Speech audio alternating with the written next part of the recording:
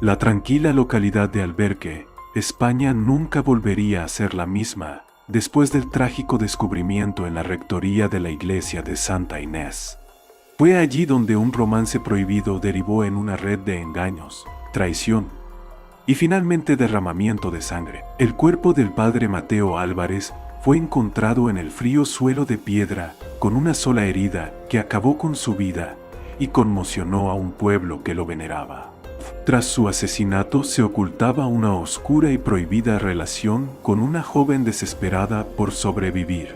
El padre Mateo Álvarez siempre había sido una figura de fe inquebrantable, un faro para los habitantes de Alberque, España. A los 42 años había pasado casi 15 en este apacible pueblo, convirtiéndose no solo en un guía espiritual, sino también en un apoyo indispensable para la vida cotidiana de sus habitantes. Quienes lo conocían lo describían como un hombre humilde, que se conducía con una dignidad tranquila y ofrecía consuelo a quienes lo necesitaban.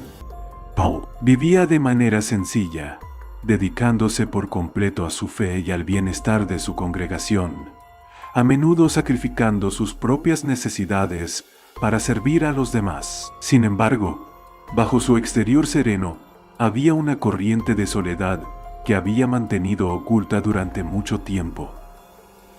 Mateo había ingresado al sacerdocio a principios de sus 20 años, impulsado por un poderoso llamado y un deseo de dedicar su vida a algo superior.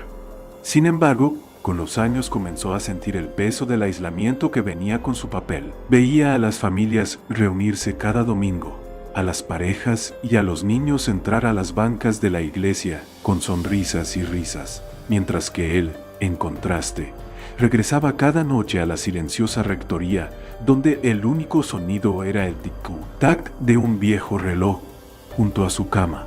A pesar de su fortaleza espiritual, Mateo era un hombre como cualquier otro, y la soledad lo agobiaba de maneras que no lograba comprender. No podía hablar de estos sentimientos con nadie ni permitirse reflexionarlos demasiado. Su identidad como sacerdote estaba profundamente arraigada y veía como su propósito soportar esta carga sin quejas. Mientras tanto, en el mismo pueblo, Luisa Morales, una joven inmigrante de Colombia, enfrentaba una vida definida por la lucha y la incertidumbre.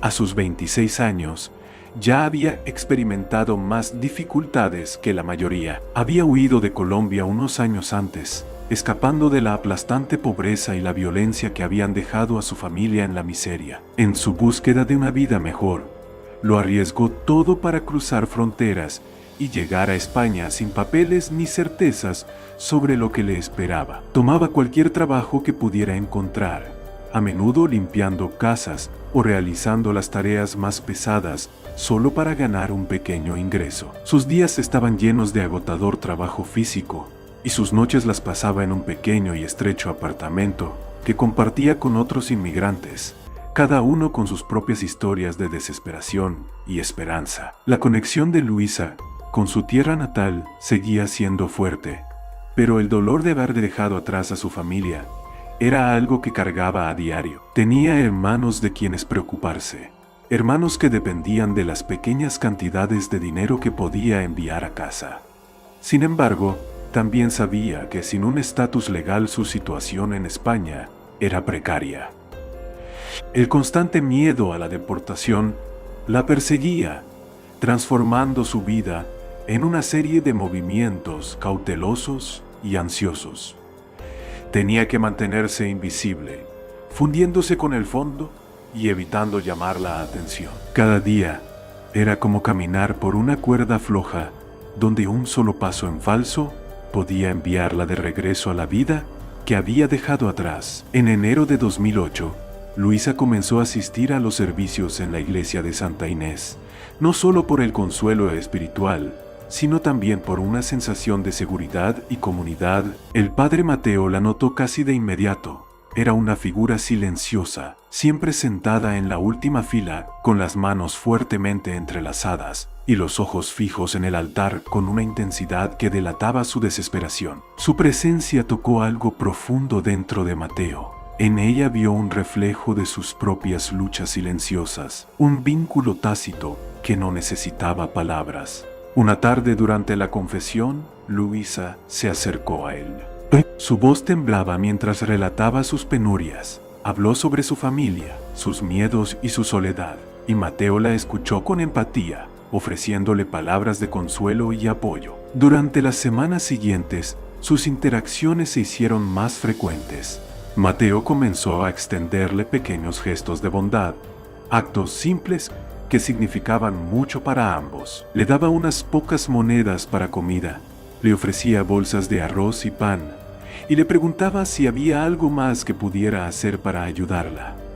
Estas breves interacciones, que apenas duraban unos minutos, profundizaron el vínculo entre ellos. Mateo justificaba estas acciones como caridad, parte de su deber como sacerdote, pero en el fondo sentía un impulso que no podía ignorar. Por su parte, Luisa empezó a percibir la vulnerabilidad de Mateo. Notó cómo prolongaba sus conversaciones, cómo sus ojos se suavizaban al hablar de sus dificultades. Reconoció la soledad en él, y aunque nunca había tenido la intención de manipularlo, comenzó a apoyarse cada vez más en él. Compartía más de su vida, revelando detalles íntimos que despertaban compasión en él. Para febrero sus encuentros se volvieron rutinarios. Cada noche, después de terminar sus deberes, Mateo la encontraba esperando en las sombras fuera de la iglesia, una figura delicada envuelta en la luz tenue del anochecer. Le hablaba de su día, de sus miedos, y él la escuchaba, ofreciéndole palabras de aliento que se volvían cada vez más personales. Mateo comenzó a desear estos encuentros, esperando el final de cada día para poder estar con ella, solo los dos, lejos de miradas inquisitivas.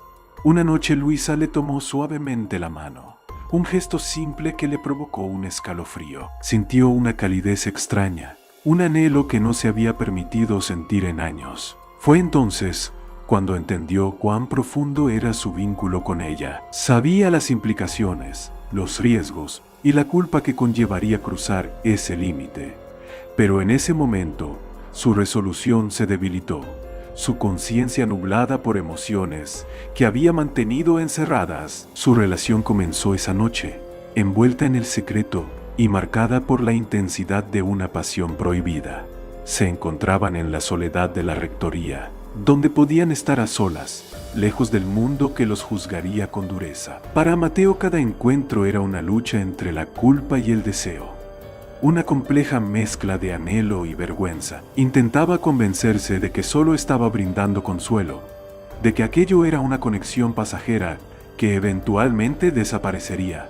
Pero cuanto más trataba de racionalizar, más profundamente se hundía en un entramado de emociones que lo hacían cuestionar todo lo que creía. Para Luisa el romance era un salvavidas, una forma de asegurar su lugar y su seguridad. Encontraba alivio en los brazos de Mateo, sabiendo que su apoyo podía significar un futuro libre del miedo a la deportación. Su dependencia de él creció, no solo como amante, sino como fuente de estabilidad en su vida incierta. Su conexión se convirtió en una cuerda que los ataba a ambos de maneras que ninguno entendía completamente, pero de las que ninguno podía escapar. Para finales de febrero, sus encuentros se habían convertido en una parte regular y tácita de sus vidas. Los habitantes de Alberque comenzaron a notar sutiles cambios en el padre Mateo. Parecía más retraído, su habitual calma teñida de una inquietud poco característica. En la rectoría, detrás de puertas cerradas, vivían su amorío en secreto, ambos conscientes de que un solo error podría derrumbarlo todo. Pero a pesar del miedo y la culpa, ninguno estaba dispuesto a dejarlo. Estaban unidos por una conexión que sentían tanto vital como peligrosa. En las primeras semanas de marzo de 2008, el padre Mateo comenzó a sentir como su propósito y dirección, antes inquebrantables, empezaban a tambalearse. Cada día lidiaba con su conciencia, atormentado por el peso de su doble vida. La relación prohibida con Luisa había llenado un vacío en su vida, pero ahora le parecía una carga, una que se hacía más pesada con cada día que pasaba. Se levantaba en la quietud de la rectoría, sintiendo un profundo remordimiento. Su mente nublada por pensamientos de fracaso, la santidad de sus votos, las promesas que había hecho y la responsabilidad que tenía hacia su congregación, parecían desmoronarse bajo la presión de su vida oculta. Mateo pasaba horas cada mañana en oración silenciosa, arrodillado frente al altar, buscando la fuerza para resistir los deseos que lo habían atrapado. Pedía orientación, la fortaleza para terminar la relación antes de que lo destruyera por completo. Sin embargo, cada vez que veía a Luisa, todas sus resoluciones se desvanecían. Su presencia era magnética, una fuerza que lo atraía cada vez que intentaba alejarse. Se sentía cautivado, desgarrado entre su amor por Dios y su inexplicable conexión con ella. Era como si ella se hubiera convertido en una parte integral de su vida, alguien a quien no podía aferrarse ni dejar ir. Luisa, por su parte, percibió el cambio en él. Su intuición captó sus dudas y creciente reticencia. Sabía que la relación no podía durar para siempre, pero también temía lo que podría suceder si Mateo la abandonaba. Sin él, su vida parecía incierta, vulnerable y expuesta. Dependía de su apoyo no solo financiero, sino también como una fuente de estabilidad y protección en una vida marcada por la imprevisibilidad. A medida que él comenzó a distanciarse, la desesperación de Luisa creció. Sentía que su salvavidas se deslizaba de sus manos, y con él cualquier esperanza de un futuro seguro. Sus interacciones comenzaron a tensarse. Donde antes había calidez, ahora había frialdad. Mateo se mostraba más distante. Sus respuestas eran cautelosas y controladas, y el afecto que una vez llenó sus encuentros estaba ahora marcado por la duda. Luisa reaccionó presionándolo más, insinuando que necesitaba más de él, mencionando lo difícil que era vivir sin documentos legales, como el constante miedo. El miedo a la deportación la desgastaba y empezó a sugerir que él la ayudara a obtener papeles o le brindara más apoyo financiero. Luisa hacía estas solicitudes de manera casual, pero su urgencia era evidente. Mateo, ya abrumado por la culpa, se sentía atrapado por sus peticiones. Sabía que no podía darle lo que pedía, pero rechazarla le parecía igual de imposible. Veía cómo la tensión crecía en ella, la decepción en sus ojos, cada vez que dudaba o vacilaba en responder. Luisa comenzó a aparecer en momentos inesperados, visitando la rectoría sin previo aviso y preguntando por él con un rostro que reflejaba ansiedad y frustración. Su comportamiento, antes gentil, empezó a volverse errático, sus palabras cargadas de reproches implícitos y sus miradas más intensas. En ocasiones hacía insinuaciones veladas de que si él no la ayudaba, encontraría otra forma de asegurar su futuro. Estas sugerencias inquietaban a Mateo, quien comenzaba a percibir cuán precaria era su situación. La creciente inestabilidad de Luisa alimentaba su temor, y en el transcurso de febrero, su conflicto interno alcanzó un punto crítico. Mateo llegó a la conclusión de que la única solución era terminar la relación por completo, cortar todo vínculo con Luisa y volver a dedicarse al camino que alguna vez había seguido con convicción. El peso de su doble vida era insoportable. Ya no podía soportar el miedo constante, la culpa y la sensación de traición hacia su fe. Una noche a finales de febrero, después de horas de insomnio y oraciones inquietas, Mateo tomó su decisión. Puso fin a la relación, convencido de que continuar solo les causaría más sufrimiento. Sin embargo, sabía que Luisa no aceptaría su decisión fácilmente. Cuando finalmente le comunicó su resolución, su reacción fue inmediata y emocional. Luisa no aceptó su decisión con resignación, sino con una explosión de ira y desesperación. Le suplicó, tratando de recordarle todo lo que habían compartido, la cercanía que habían sentido. Su desesperación era evidente mientras insistía en que lo necesitaba, que sin él estaba perdida, pero Mateo se mantuvo firme, decidido a poner fin a lo que consideraba una situación fuera de control. A medida que las súplicas de Luisa se transformaron en amenazas, Mateo sintió un nuevo miedo. Ella insinuó que si la abandonaba no guardaría silencio, que revelaría todo al pueblo e incluso a la iglesia. Sus palabras resonaron en la mente de Mateo, llenándolo de pavor. Sabía que ella podría destruirlo si decidía exponerlo, y el pensamiento lo aterrorizó. Sintiendo que no tenía otra opción, Mateo tomó la drástica decisión de contactar a un amigo en el departamento de inmigración. Se convenció a sí mismo de que al reportarla podía cortar la situación sin enfrentar las consecuencias públicas de sus amenazas. Justificó esta decisión pensando que las autoridades podrían ofrecerle a Luisa la ayuda que él no podía brindarle. Sin embargo, esta acción lo atormentó profundamente. El 3 de marzo realizó la llamada, pero tan pronto como colgó, sintió el peso de sus acciones. ¿Qué había hecho realmente? Había condenado a Luisa a una vida de penurias solo para liberarse de su culpa. El 5 de marzo, Mateo arregló un último encuentro con Luisa en la rectoría. Su mente estaba nublada por la ansiedad mientras esperaba su llegada, consciente de que este sería el paso final para terminar con su vínculo. Cuando la puerta se abrió y Luisa entró, la tensión en el aire era palpable, casi asfixiante. Mateo luchó por mantener la compostura mientras le explicaba su decisión.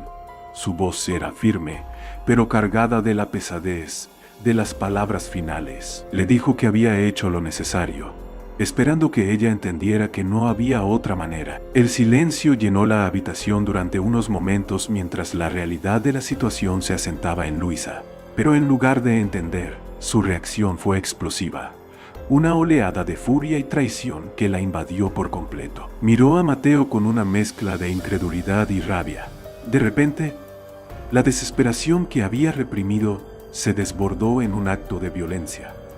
Tomó un candelabro de bronce que estaba cerca y lo golpeó con la fuerza de su ira. Mateo, aturdido por el primer golpe, no pudo reaccionar a tiempo antes de que ella tomara un abrecartas del escritorio y lo apuñalara.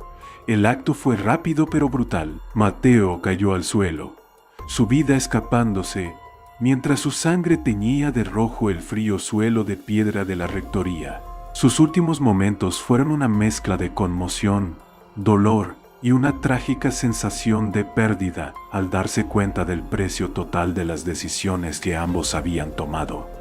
Luisa, de pie junto a él, sintió el peso de lo que acababa de hacer. El silencio que siguió fue ensordecedor, cargado con la finalización de su historia. Al amanecer del 6 de marzo, el cuidador de la iglesia, un anciano llamado Don Luis, llegó a la iglesia de Santa Inés como lo había hecho cada mañana durante los últimos 20 años.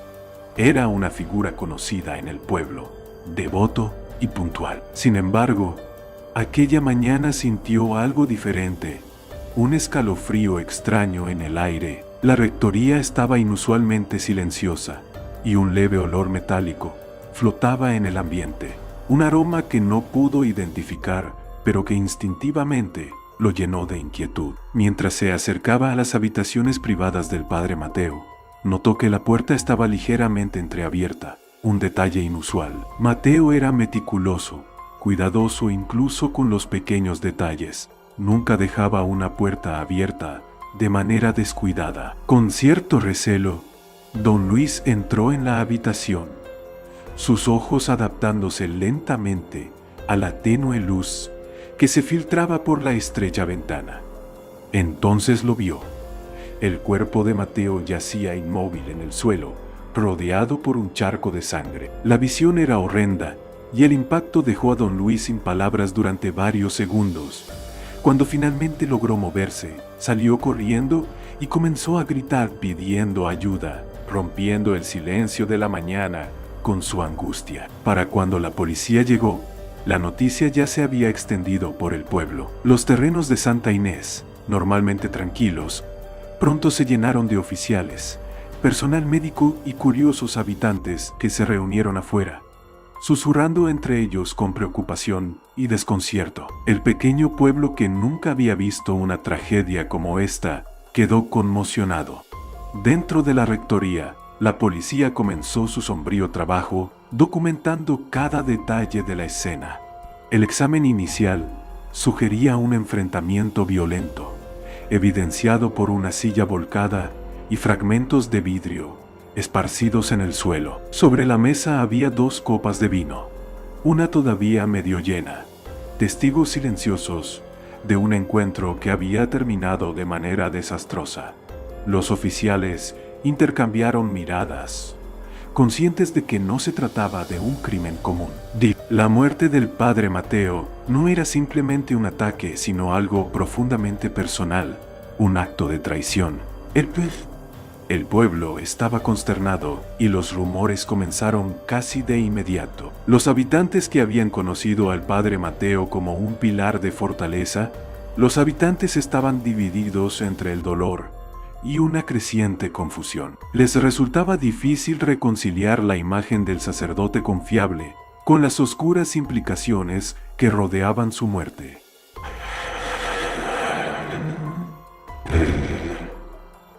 Pronto comenzaron a circular historias sobre encuentros secretos, visitas nocturnas y conversaciones en voz baja en los rincones oscuros de la iglesia. El misterio que rodeaba la muerte del padre Mateo envolvió al pueblo y, con cada nueva pieza de información, el escándalo se profundizó. El 8 de febrero de 2008, la policía intensificó su investigación, centrándose en aquellos cercanos al sacerdote. Interrogaron al personal de la iglesia, a miembros de la congregación e incluso a don Luis, con la esperanza de encontrar pistas que resolvieran el misterio. No pasó mucho tiempo antes de que surgieran historias de una joven mujer que había sido vista cerca de la rectoría en los últimos meses. Algunos habitantes, reticentes al principio, finalmente admitieron haber notado a una mujer visitando la iglesia, deslizándose entre las sombras alrededor del horario en que el padre Mateo solía retirarse. La describieron como reservada, callada y hermosa, con una expresión de tristeza que parecía fuera de lugar en el tranquilo pueblo. A medida que la policía profundizó en la investigación, descubrieron pruebas incriminatorias, una serie de cartas y notas que Luisa había dejado para el padre Mateo, escondidas en el cajón de su escritorio. Las cartas hablaban de anhelo, del dolor de la separación, y daban indicios de momentos de tensión entre ellos. La relación era más complicada de lo que cualquiera había imaginado, con señales de desesperación y pasión entretejidas en cada línea. Para el 12 de febrero, la policía había reunido suficientes pruebas para formar una imagen más clara de lo que había ocurrido. Los habitantes del pueblo quedaron horrorizados al descubrir que la mujer implicada no era otra que Luisa Morales, una inmigrante indocumentada que había llegado al pueblo el año anterior. Algunos recordaron haberla visto en la iglesia, siempre discreta, a menudo sentada sola después de los servicios. Otros comentaron cómo solía quedarse un poco más de tiempo, sus ojos a veces posándose en el padre Mateo de una manera que ahora parecía demasiado reveladora. El escándalo golpeó al pueblo como un terremoto. La relación entre un respetado sacerdote y una joven inmigrante vulnerable conmocionó a todos, haciendo que la historia se sintiera como algo salido de una tragedia literaria. El 20 de febrero, con las pruebas acumulándose, la policía emitió una orden de arresto para Luisa. La pequeña comisaría del pueblo, normalmente tranquila, pronto se llenó de murmullos de periodistas y curiosos que acudieron a presenciar. El romance prohibido se había transformado en un drama de traición y sangre, un escándalo que desgarró el tejido moral de la comunidad. La detención de Luisa desató un frenesí mediático. Reporteros de todo el país llegaron a Albergue, ansiosos por capturar cada detalle escabroso del caso. Los habitantes, orgullosos de su comunidad unida, se encontraron bajo la atenta mirada del mundo exterior. Su tragedia privada, convertida en un espectáculo público. En su comparecencia inicial ante el juez, Luisa no mostró señales de arrepentimiento. Su rostro permaneció impasible, su mirada fija y desafiante. Cuando fue interrogada, insistió en que había actuado por miedo. Declaró que sus acciones fueron el resultado de la desesperación, no de la malicia.